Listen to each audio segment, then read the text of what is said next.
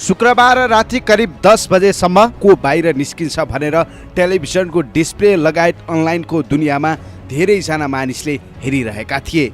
सबैलाई प्रतीक्षाको विषय बनेको थियो आजको नेपाल आइडलबाट को बाहिरिनेछ। नेपाल आइडलको प्रतिस्पर्धा सकिन करिब 5 मिनेट मात्र बाँकी थियो। आम दर्शक अनलाइनमा करिब 70,000 र टेलिभिजनको अनगिन्ती दर्शकहरू नेपाल आइडलको रिजल्टको प्रतीक्षा गरिरहेका थिए। जब नाम उच्चारणको बेला आयो त्यति बेला इन्दिरा जोशीले रोकिन्। केही अनौठो मुद्रामा देखिएका 3 जना जजले एउटा अनौठो निर्णय गरे। उनीहरूले भनिदिए आज हामीले कसैलाई पनि यहाँबाट बिदा गर्दैनौँ।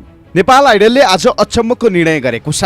नेपाल आइडलले भोटिङ समय केही कम भएको महसुस गर्दै प्रतिस्पर्धालाई थप 1 हप्ता लम्बाएको छ। 4 जना प्रतिस्पर्धीबाट आज 1 जना घर फिर्ने कार्यक्रम थियो। अर्थात् नेपाल आइडलबाट 1 जना बाहिर निस्किन्थे। तर नेपाल आइडलको जजहरूले पाएको अधिकार प्रयोग गर्दै जजहरूले नेपाल आइडलको एलिमिनेसन राउन्डलाई अर्को हप्तासँग धकेलिदिएका छन्।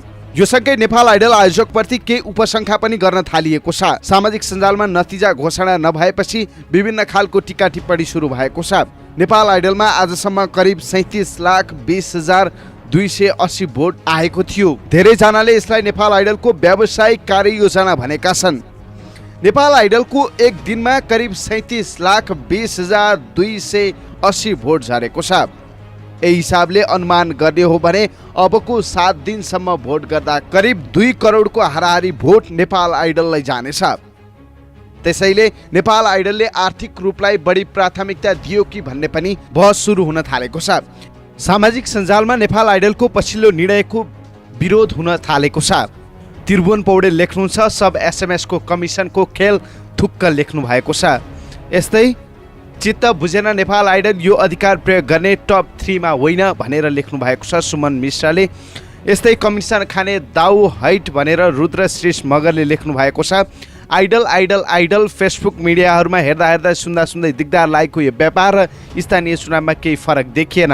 पैसा खर्च गरे जितिने अनि म्याद थप्न मिलाने, अन्तमा आफ्नोले जित्ने सम्भावना नभए धाँधली गरेर भैन जिताउने, मतपत्र च्यात्ने होस् या एसएमएस भोटको चलखेल गरे नै किन होस्, अब यसको पछि लागेर काम छैन हजुर। यस्तै गोकुल बानिया लेख्नुहुन्छ नेपाल आइडलका आयोजक र निर्णायकलाई प्रश्न यो हप्ता नभए अर्को हप्ता 4 मध्ये 1 अवश्य बाहिरिन्छ। किन यसका लागि फेरि एसएमएसको लागि आर्थिक बोझ थुपारेको। 24 घण्टा 37 लाख भन्दा बढी भोट आयो। अर्को साता अझ बढी आउला र अझ कमाउला भनेर हो। 37 लाख भोट फिर्ता गर फेक आइडल भनिएको छ। यस्तै दामोदर गिरी लेख्नुहुन्छ 37 लाख भोटको अपमान भो एनसेल र टेलिकमलाई फाइदा लेख्नु भएको छ। 37 लाख भोट स्वा नेपाल आइडलले गर्यो वैध रूपमै करिब 3 करोड ठगे। यसरी नेपाल आइडललाई आरोप पनि लगाइएको छ। नेपाल आइडलले लुट्यो सोझा जनतालाई भनेर रिया श्रेष्ठले लेख्नु भएको छ। यस्तै योसँग आजकै पत्रिकामा पनि they will be together for 1 more week congratulation all भनेर विज्ञापन राखिएको थियो। तर यसमा खासै धेरै मान्छेले चिन्ता गरेका थिएनन्। यसरी नेपाल आइडलले सोझो रूपमा नेपाली जनताको एसएमएसलाई लुटतन्त्र गरेको देखिएको छ। सामाजिक सञ्जालमा यही बहस सुरु हुन थालेको छ। यसले नेपाल आइडलको गरिमालाई अहिलेसम्म भएको गरिमालाई समेत के आँच पुर्याएको छ। प्रतिक्रिया दिनुहोला।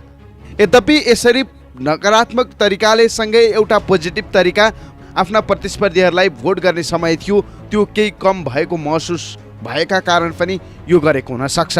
सामाजिक सञ्जाल प्रयोगकर्ताहरू यति बेला 2 ध्रुवीकरणमा देखिएका छन्। विश्वचर्चित टेलिभिजन फ्रेन्चाइज आइडलको नेपाली संस्करण नेपाल आइडल छनौटको अन्तिम चरणमा आइपुगेको छ। अन्नपूर्ण मिडिया नेटवर्कद्वारा सञ्चालित एपी1 टेलिभिजनबाट हरेक हप्ताको बिहिबार र शुक्रबार प्रसारित गायन आधारित रियालिटी शो हो नेपाल आइडल।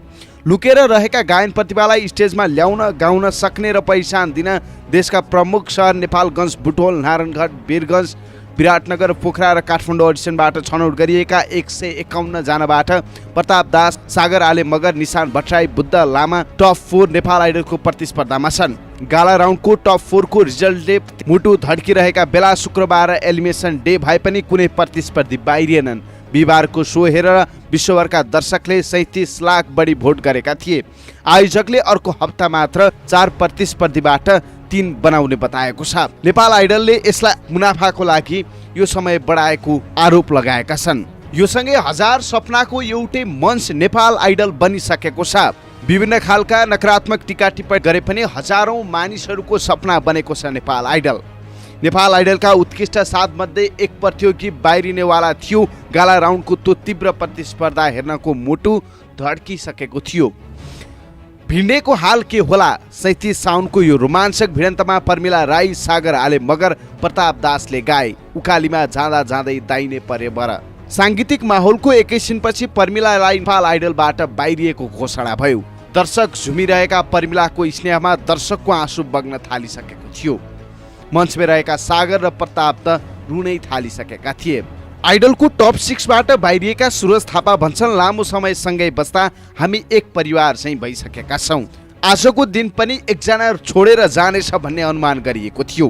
तर देखावटी रूपमा भए पनि जजहरूले आफ्नो अधिकार प्रयोग गरेको घोषणा गर्दै एलिमिनेसन राउन्डलाई केही पर धकेलेका छन्। कोही पनि टाढा नहोस् भन्ने हाम्रो चाहना हुँदाहुँदै पनि प्रत्येक साता एकजनाले छाडेर जाँदा आँखा रसाउँछ। तर त्यो दिन आज आएन। एकपछि एक गर्दै प्रतिस्पर्धी बाहिरिँदा नेपाल आइडलका निर्णायकलाई पनि न्यास्रो लाग्छ। प्रतियोगितामा सङ्गीतकार द्वय न्यू वज्राचार्य र कालीप्रसाद बास्कोटा अनि गायिका इन्दिरा जोशी निर्णायक छन्। आश लाग्दा प्रतियोगिताबाट बाहिरिँदा दुःख लाग्ने बताउँछन् निर्णायक मण्डलका सदस्य बास्कोटा। तर यसलाई प्रतिस्पर्धाको नियमको रूपमा बुझ्दा सहज हुने उनको भनाइ छ। यो प्रतिस्पर्धा गायनमा मात्र होइन, यसको मुख्य लक्ष्य नेपाल आइडल बनाउने हो। उनले भने सबैको प्रतिभा एकदमै उत्कृष्ट छ, खेलको नियमअनुसार मात्रै बाहिरिनु परेको छ। यो बाहिरिने नियमलाई हाम्रो अधिकार प्रयोग गर्दै हामीले केही समय पछाडि लगेका छौँ ताकि तपाईका शुभचिन्तकले तपाईलाई भोट गर्ने पर्याप्त समय पाउन्। यो सँगै नेपाल आइडलमा अझै पनि भोट गर्नका लागि समय रहेको जानकारी गराइएको छ।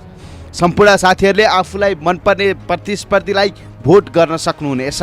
तपाईले आजसम्म गरेको भोट पनि आगामी दिनमा काउन्ट हुनेछ। त्यसैले आज गरिएको 37 लाख भोट खेरा गयो कि भन्ने चाहिँ सोच्नु पर्दैन। नेपाल आइडलको यो निर्णय तपाईलाई कस्तो लाग्यो? प्रतिक्रिया दिनुहोला। सामाजिक सञ्जालमा नेपाल आइडलको पछिल्लो निर्णयको विरोध हुन थालेको छ। त्रिभुवन पौडेल लेख्नुहुन्छ, सब एसएमएस को कमिसनको खेल थुक्क लेख्नु भएको छ। यस्तै चित्त बुझेन नेपाल आइडल यो अधिकार प्रयोग गर्ने टप 3 मा होइन भनेर लेख्नु भएको छ सुमन मिश्राले। यस्तै कमिसन खाने दाउ हाइट भनेर रुद्र श्रेष मगरले लेख्नु भएको छ। आइडल आइडल आइडल फेसबुक मिडियाहरूमा हेर्दा सुन्दै दिगदार लागेको यो व्यापार र स्थानीय चुनावमा केही फरक देखिएन।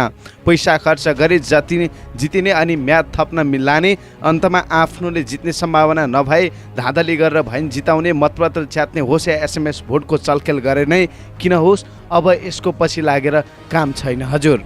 यस्तै गोकुल बानिया लेख्नुहुन्छ, नेपाल आइडलका आयोजक र निर्णायकलाई प्रश्न, यो हप्ता नभए अर्को हप्ता 4 मध्ये 1 अवश्य बाहिरिन्छ। किन यसका लागि फेरि एसएमएस को लागि आर्थिक बोझ थुपारेको? 24 घण्टा 37 लाख भन्दा बढी भोट आयो, अर्को साथ अझ बढी आउला र अझ कमाउला भनेर हो।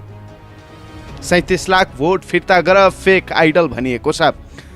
यस्तै दामोदर गिरी लेख्नुहुन्छ, 37 लाख भोटको अपमान भो, एनसेल र टेलिकमलाई फाइदा लेख्नु भएको छ। 37 लाख भोट स्वा, नेपाल आइडलले गर्यो वैध रूपमै करिब 3 करोड ठगी। यसरी नेपाल आइडललाई आरोप पनि लगाइएको छ। नेपाल आइडलले लुट्यो सोझा जनतालाई भनेर रियाज श्रेष्ठले लेख्नु भएको छ।